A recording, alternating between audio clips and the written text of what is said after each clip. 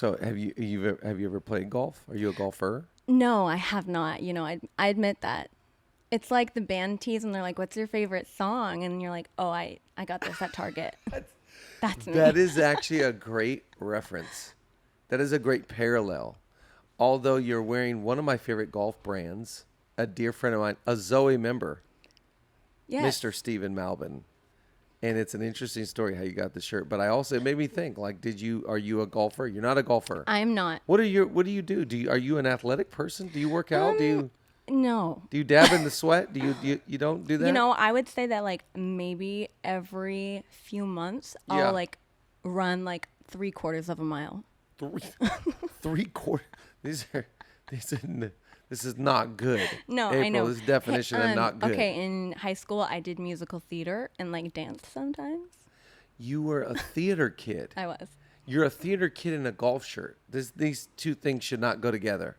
But you know what? That's what serving God will do for you. It's what it does. It puts you in proximity with people that you never would have talked to before. Amen. A theater kid and a podcast host. Wow. Welcome, everybody, to Leadership Lean In. I am joined by the trusted four-iron master, April.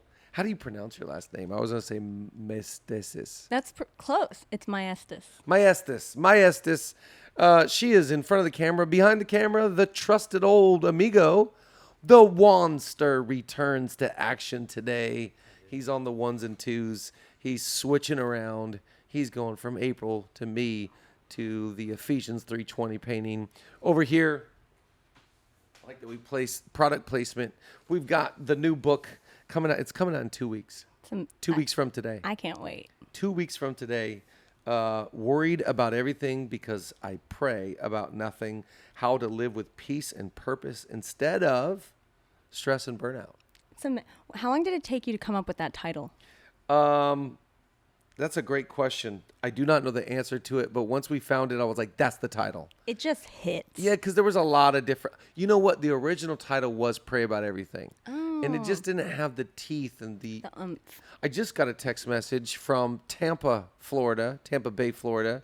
And my friend says to me, let me read this. This is Ontario. He texts me, this is great. My wife said she feels attacked by your new book title.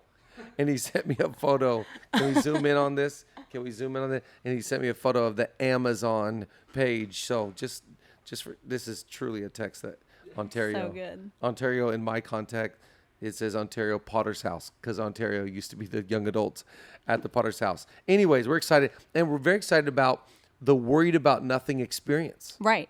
What do you think about this? I think that it is one of the most loaded, insane package sweepstakes things that I've ever seen. Like growing up on Disney Channel, there would be these like Disney sweepstakes. This like blows every single one I've seen out of the water. I think to me where it really wins is, the flight, that's cool. Hotel, thank God. Transportation, all of that's amazing. Where it really wins is you get to have a lunch with Dr. Henry Cloud. Like, what are we talking about? Our team is going to come and pray for you here, your own special prayer time for whatever you're going through. We don't want you to worry about anything. Into the sweepstakes, go to the website. You never know if you're going to win. Hundreds and hundreds of people have already done this. I would like to, by the next podcast, say thousands and thousands of people have done this. But we're getting pretty close. Yeah. But make sure you also pick up this book for your group, for your family, for your friends, for your coworkers. I did the audio last week, and I just could not be more passionate about this subject and the content of this book. It is life-changing material. And as I was reading it, it was really helping me.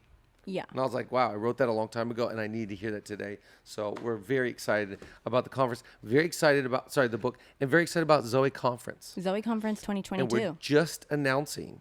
We're doing little announcements to start this. I kind of like it. It's natural flow here. We are doing a live leadership lean-in. A live leadership lean-in lunch.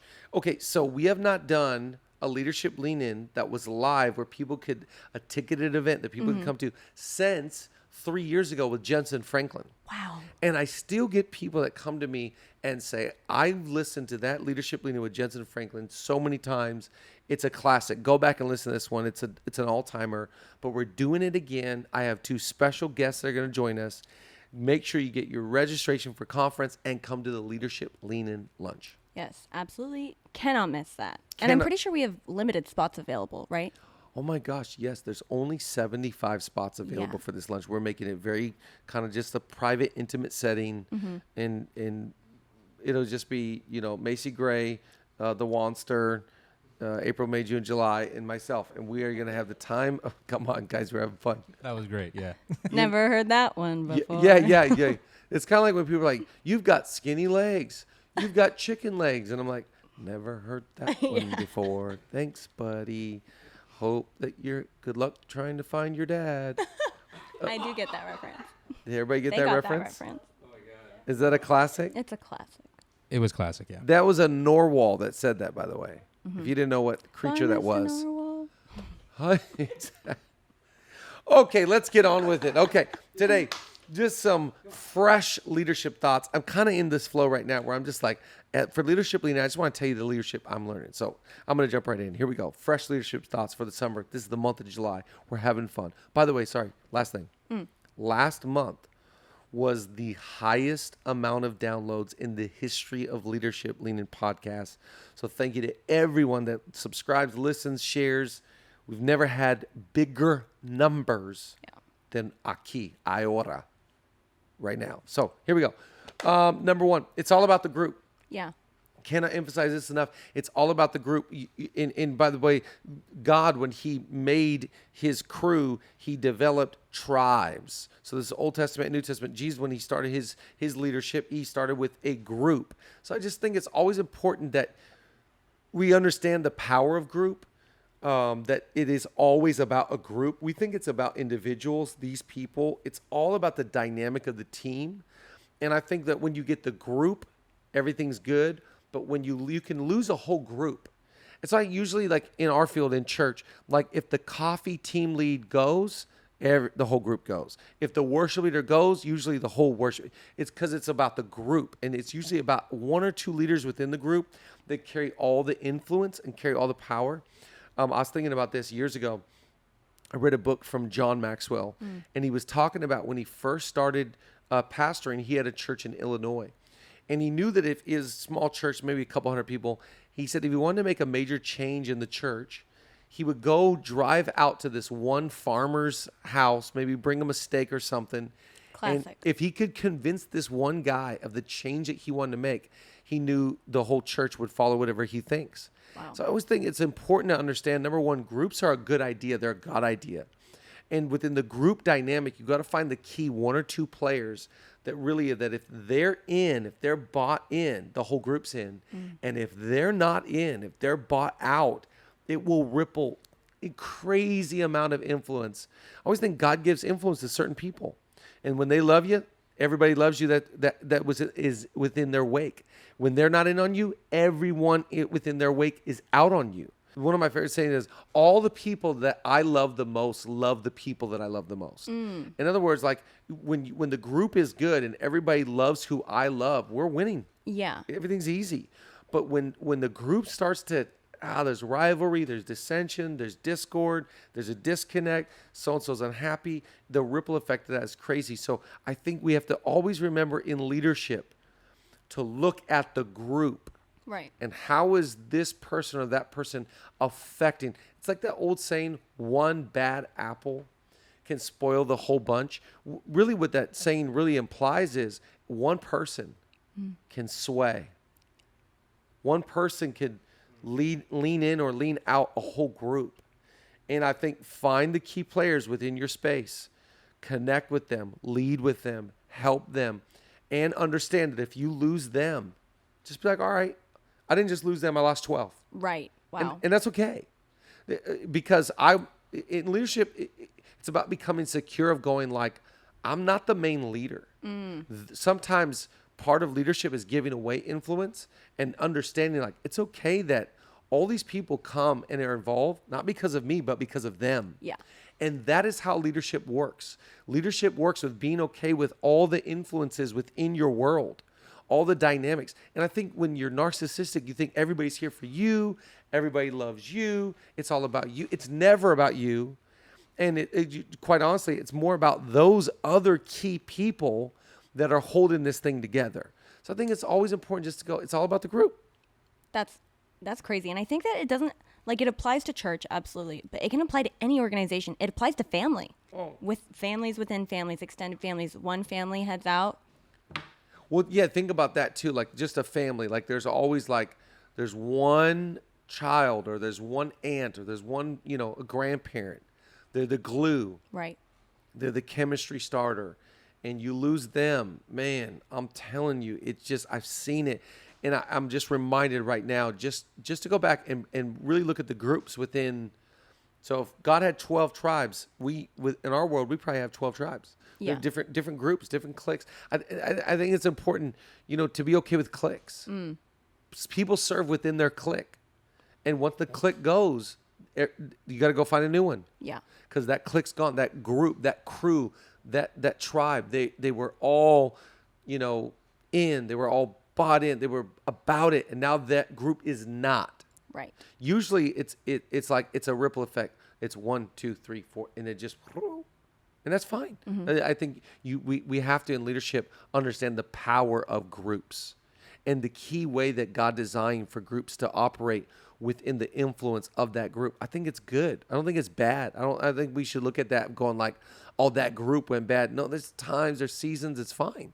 Yeah. But just understand the power and the dynamic of groups. Here's the next one. No one feels sorry for you. Yeah. And I like this one because to me, I think leadership is about always understanding I'm not as big of a deal as I think I am. Sometimes we miscalculate and misjudge how important we are. And I think one of the key things that's going on in leadership right now is we actually are too confident. And I think a lot of leaders think that they're too important. I don't think there's anybody sitting at home thinking about you. Right. And I don't mean that in a bad way, but I just don't think you're that big of I think people are at home thinking about themselves. Absolutely. People are thinking about their bills and their kids and their gas money and, making sure that they got new tires or their, whatever it is, their vacation. You're not that big of a deal. And people don't feel sorry for you. Like people aren't going, and if they do, it's a passing moment. So in other words, I think what's very important for leadership is that we understand, like, I'm not looking for people to feel sorry for me, but I am looking to serve and to feel bad for others. Wow. Or have compassion, have thoughtfulness, have empathy. That's true leadership. Brokenness and insecurity, manipulation always looks like, do you feel sorry for me? Are you thinking about me? Right. And I think that's always the leader that always wants honor never gets it. The leader that always wants loyalty never gets loyalty. Yeah. The leader that always wants sympathy never gets it. Because leadership is never about us. It's always about others. It's always about adding. It's always about helping.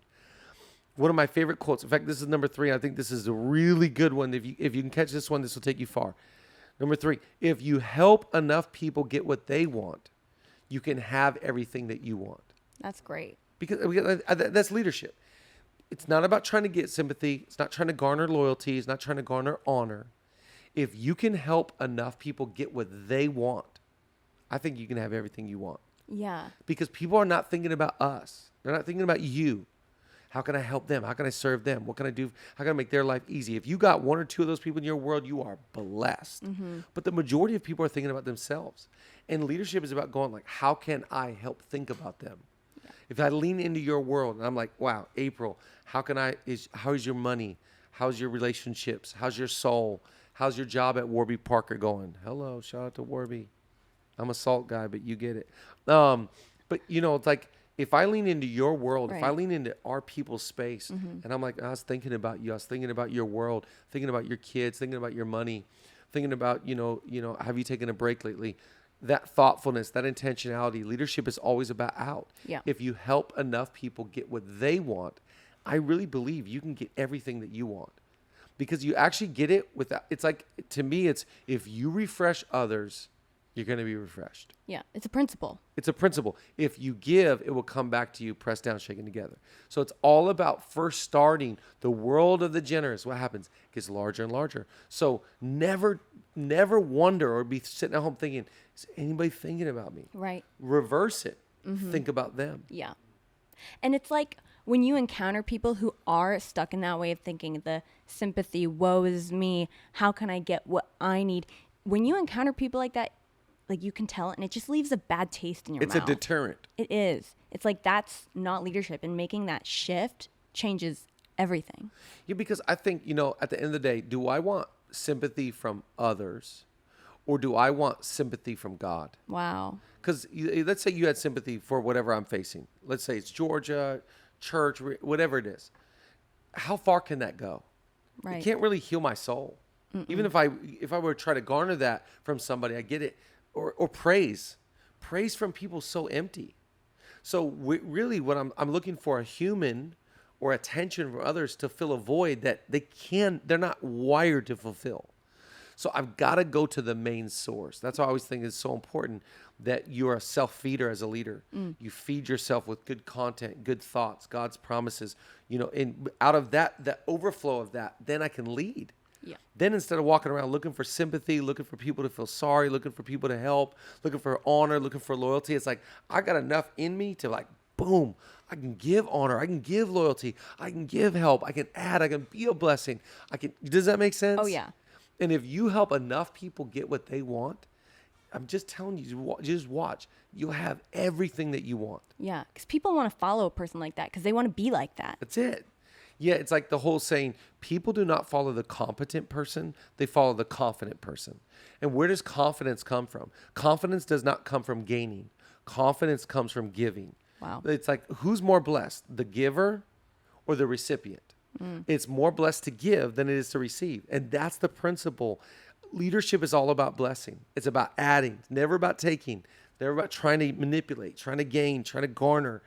I just think what a weird way to live, trying to garner attention and garner loyalty. Give it away. Yeah. I love that one. Here's the next one. Hey, real quick. Oh, yeah. Real quick. We've got some awesome sponsors. And we want to give them a quick shout out and acknowledgement. The Gospel Ninja goes away for one vacation and you totally outdo him and make his job look so easy. Let's go to the commercial. We'll be right back with number 4. Let me just tell you, April, sometimes it can be hard to see the light at the end of the tunnel when you have high interest rate debt. And sometimes, furthermore, it can be even harder to ask for help. That's where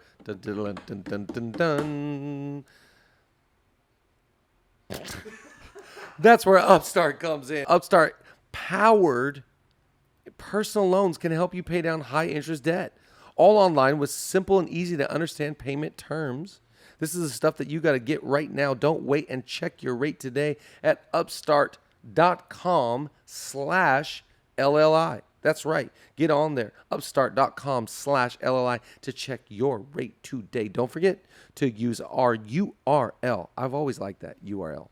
It's a great 3 letters. URL just feels very strong and is a little nostalgic URL to let them know that we, and I'm talking about the Wanster, April, Mercy, Macy, Gray, me, and myself, Shad Beach, has sent you. Loan amounts will determine based on your credit, income, and certain other information provided in your loan application. Go to upstart.com/ not to be confused with /. No. Upstart.com/. It's very important. / like, the guitar player. Go to upstart.com/LLI. All right. And then we have one from Abide, which if you don't know what Abide is, it is a Christian meditation app. And I've used Abide. I know I have a lot of friends actually who've used Abide. And it's so awesome because, anxiety is like one of the number one things that people deal with in, I think, all over the world, but also in the United States of America. But this app is the number one Christian meditation app, and Abide users report less stress, lower levels of anxiety and depression, and have better sleep. And you can start your day with Abide daily meditation. They have night meditation, morning meditation, all sorts of different options for you for your personal lifestyle. And for a limited time, our listeners will get 25% off a premium subscription when you visit abide.co/leadership. And get started now with that 25% off by downloading the Abide app at that same link, abide.co/leadership. You'll get additional stories and meditations premium music, soothing sounds, and more. That is abide.co/leadership to download Abide app and get 25% off your premium subscription. Thanks, Abide, and thanks, Upstart. So that was flawless.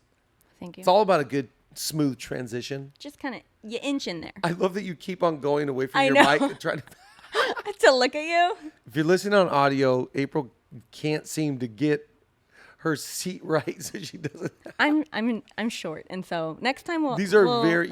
mics are incredibly placed for tall people. Yeah. Okay, number 4. It's not about hard work. It's about organization, clarity, preparation, connection, and communication.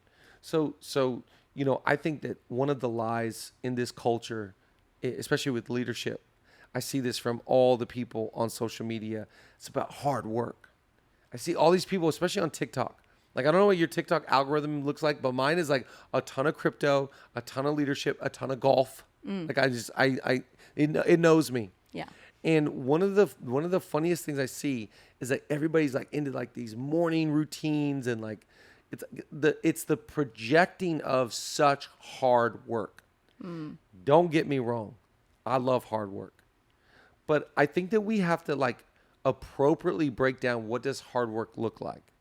It's like that. Remember that book that came out, The 4-Hour Work Week? Right. I subscribe to some of that. What I think he's trying to say is you don't need to work harder. You need to work smarter. And what does hard work really look like? To me, it looks like these things: organization, clarity, preparation, connection, and communication. So you got to go like, okay, I got to work hard at what? At my preparation for meetings, preparation for speaking, preparation for, the day, for the week, for the next 30, 60, 90 days, whatever it is. I got to work hard at preparation. I got to make sure everything's clear. There's great clarity of vision, values, standards. I got to be an effective communicator. You can't be a good leader and a bad communicator. They don't coexist. Totally. They're so incongruent. So I got to work on my communication. Is it effective? Does it make sense? Is it palatable? What I'm trying to teach my boys all the time, it's not what you're saying, it's how you're saying it. Yeah. You can say this exact same thing in such a better way. So working on communication, working on how about your organization. The other day I was sitting down with Natalie Narayan in our organization. She runs events. She's running our conference. She's a beast. Connect Queen. She's the Connect Queen. She's insane. And I was complimenting her. And I was saying, you're so organized. You do such a great job of organization. She goes, well, my lid of organization is you. Wow. And I go, what do you mean? She goes, I learned all my organization from you when she was an intern, 12, 13 years ago. That's incredible. And I was thinking, I go, stop. Like, I don't look at myself as an organized person. Like, I can organize. But she's like, no, you taught me organization and the value of it. And I was like, I go, my ego can't handle that. I go, don't give me compliments like that, because I'm running the bank with that. I'm telling Julia that tonight. And now it made to the Leadership Leading podcast. Here we are. You heard it here first. To me, what she's saying is like what I was able to teach her years ago was the value of organization. She clearly has organizational skills that surpass mine. It's a gift for her. But it's a gift, what she's saying is, you taught me how important it is to be organized with your calendar, with your time, with your communication. It's all about organization. And so I think that's what hard work looks like. Hard work is not just being at the office. I'm working hard. I'm getting up early. Right. What are you working on? And if some of those things jump out to you that you're not good at, you need to put more time and effort into that. Yeah. Like connection with people. Maybe you can create Excel spreadsheets and you got text down and email down. You fly through your inbox. That's great. But what about connecting? Wow. Because sometimes the hard work is actually taking time to have a coffee. Yeah. And connect with someone and be like, how are you doing? What's going on? What are you feeling? And so I love that we are in this eco of leadership and hard work. I love to work. I think for Julia, productivity is Julia's cocaine. Wow. It's amazing. That's her heroin. That's how she self-soothes is productivity. So I love hard work. It's how our world runs. Right. We open up our laptops on vacation because we like to work. Like we enjoy working. Yeah. But I don't think it's just about hard work. It's about knowing what hard work is for you. Yeah, totally. It's like anyone can have a gift, anyone can have a duty, anyone can have a talent, but it means nothing if you don't steward it, which is different from just like hacking at it. Yeah. And I think that a lot of times we think that, these people are like, they have superpowers and they can lift buildings. But I think that if you were probably get close to their life, you're like, oh, wow. I think they just are really good at knowing what only they can do. Yeah. 95% of my job, anybody could do. There's only a 5% that only I can do. Yeah, that's so funny. And I think that like with someone like you, it's like people see that 5%. People see that thing that only you can do and think, man, I want to be like that. But you're not going to be like that because they're not you, but it's the 95% that's going to get them to where they're them. Anybody could do it. Yeah. Anybody. And so I think it's just about understanding what does hard work look. And I think hard work, we sometimes get it misconstrued because it does come in spurts where it is a lot of hours and it is heavy lifting and it is a lot of, if you're writing a book or doing a movie or you got a conference or some, so there is spurts of that where it's a lot of hours. But if you're in the lifestyle of it, shouldn't be like, oh my gosh, it's so much hard work. I think if you're living that way, you're probably working harder than smarter. And we got to make an adjustment there. Here's the last one, final one for today. Pain plus reflection equals progress. I love this one. This is a principle. I read a book years ago. Ray, I forget his last name. I think it's Delio. He wrote a book called Principles. This is one of my favorite ones. Pain plus reflection equals progress. So it's not pain equals progress. We all go through pain. We all face trouble. We all face hardship. We all face disappointment. We've all gone through failure. It's pain plus reflection. Because it's in the reflection. It's that old saying, in hindsight, there's 20/20 vision. So when I look back, I can see, oh, that's what was happening. That's where I went wrong. I shouldn't have said that. I missed it there. So it's pain plus reflection. You got to get good at reflecting in order to grow. Yeah. You got to get good at going like, these are the 4 things I do different. It's pain plus, we all want progress, but progress is not promised. If you don't have that reflection time, you're going to repeat the same mistakes and just go round and round the mountain. Wow. You just go like, and the definition of insanity is doing the same thing over and over and expecting different results. So I think we got to add in reflection. Yeah. And reflection time to me is about being raw and honest and vulnerable and very transparent with myself about where did I go wrong? Where did I miss it? What do I need to improve? What do I need to fix? How can I get better from this? What am I learning? What's my takeaway? If you're going through problems and you're not taking away truths, you're missing out. It's the old saying, never waste a crisis. That's great. Never waste a crisis. We all go through crisis. We all go through trauma and drama. We all go through issues. Don't waste that pain. Yeah. Pain plus reflection equals progress. That's so crazy. And I think that a lot of people view the reflection sometimes is how they view rest. Like, oh, it's unnecessary. Like, oh, I don't need that. Like, I can just keep going. Right. But you can't without the rest, the reflection, the refuel. It centers you. Yeah. And I think like, okay, like it's pretty expensive to not learn from your mistakes. Right. It's pretty, it's just like, how much are you willing to pay? Like, I just think you got to always take away and just go like, dang, it's that whole thing, like in 6 months, we're going to sit down, Mercy, me, the Wanster, April, May, June, July. We're going to sit down and we're going to go like, I was an idiot a year ago. But today, man, I got it figured out. The reason why we feel that way is because we can look back in hindsight and go like, wow, I was an idiot. 6 months ago, I was missing it. Man, how dumb was I? So the only reason why we can say that is because we can see things clear. I think you got to have some reflection. Your pain plus reflection equals progress. Thank you for tuning in to Leadership Lean. We're almost getting to the 80s. Right. 70. Today, I think it's 74. 74. 74. Subscribe, like, comment, share this podcast. Let everybody know you are leaning into the subject of leadership just to get a little bit